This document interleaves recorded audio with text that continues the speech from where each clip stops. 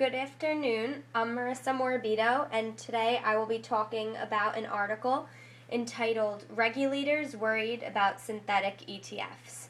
The article was written on October 14th, 2011, and it was written by Elaine Moore, and it came from the Financial Times.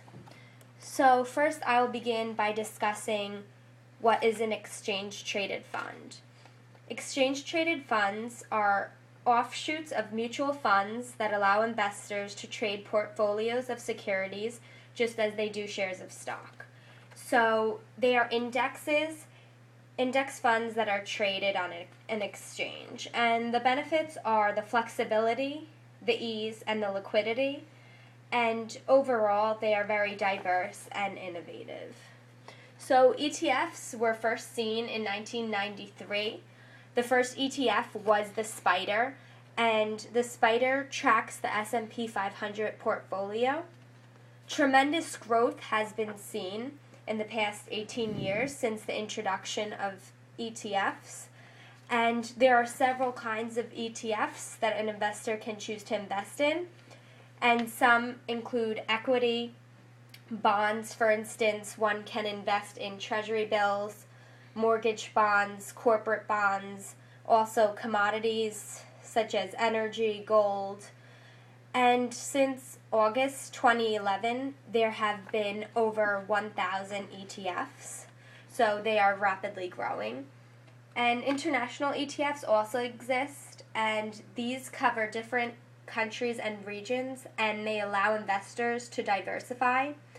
Currently, there are 358 international ETFs, and they are only second to U.S. domestic equity, which there are 557 of. So clearly there is a great variety in the types of ETFs that investors can choose to invest in. However, regulators have been extremely concerned regarding ETFs. They fear the risks of ETFs on the global economy.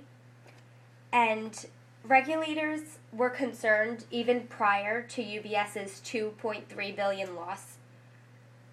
But they were fearful because they feared that retail investors do not understand ETFs. They find that they invest in them, but they do not really understand what they are investing in. So they fear synthetic ETFs because synthetic ETFs use derivatives to smooth volatility in order to get higher returns. And with synthetic ETFs, you may own none of the tracked stocks.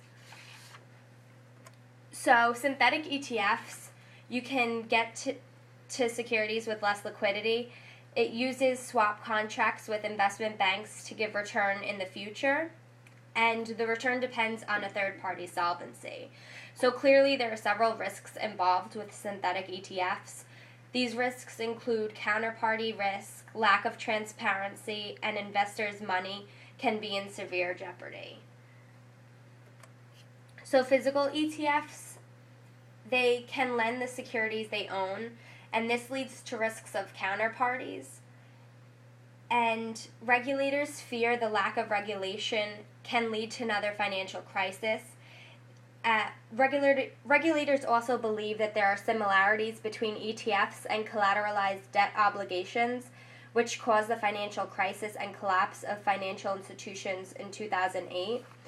Therefore, they feel as though they should be regulated. And the European Securities and Markets Authority has discussed regulations. They have had talks regarding restrictions on synthetic ETFs to retail investors. As I mentioned earlier, they feel as though retail investors do not have enough knowledge and do not know what they're really purchasing and the great amount of risk involved. So they also suggested for the use of a label in order to warn investors who purchase the ETFs. And regulators are overall concerned because they realize that ETFs are unregulated and that they have had tremendous growth in the past 18 years, and they want to prevent future financial disasters from occurring. Here are my sources, and thank you for your time.